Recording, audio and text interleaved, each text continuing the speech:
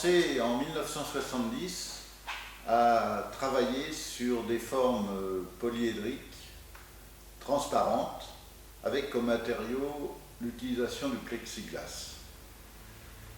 J'ai comme vocabulaire, je me sers toujours de la ligne droite, et pour moi la ligne droite représente verticalement et horizontalement une stabilité, une immobilité. La ligne oblique, au contraire, est instable mais dynamique.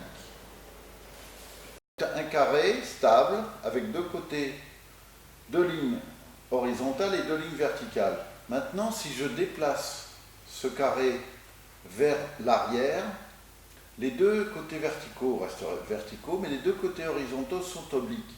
Et la figure passe d'un carré à un trapèze. C'est toute l'ambiguïté que je recherche à traduire dans mes sculptures, c'est-à-dire une dynamique à la fois stable et instable. La première chose que je fais, c'est de travailler avec des plans qui sont soit transparents, soit striés, soit opaques. Et avec ce jeu de plans, je détermine des volumes dans l'espace qui sont des volumes en perspective. C'est-à-dire qu'on a une dynamique par les obliques, qui sont créées par les obliques, et une stabilité qui est créée par les lignes droites. Ce travail sur les plans n'est pas seulement un travail sur les plans, mais également un travail d'équilibre entre les vides et les pleins. C'est très important parce que ça permet d'assurer à la sculpture, quand elle est terminée, elle a une stabilité, c'est-à-dire que je peux la mettre sous différents plans. Elle ne bouge pas, elle est stable. Elle est stable, mais malgré tout, par rapport à l'image, elle est changeante et elle reste quelque chose d'ambigu. Dans cette sculpture, j'ai introduit depuis 2004 la couleur. J'ai introduit la couleur de façon à mieux définir les perspectives et les lignes. Donc, au lieu d'avoir des stries ou des opaques ou des dépolis, j'utilise la couleur. Et j'utilise la couleur aussi avec des couleurs qui vont être des couleurs primaires, comme ici le jaune, mais également le bleu qu'on voit ici.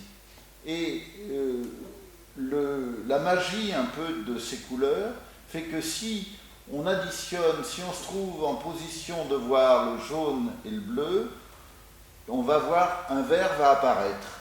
Et donc on va avoir toujours l'impression qu'on a des volumes qui sont soit de couleurs différentes.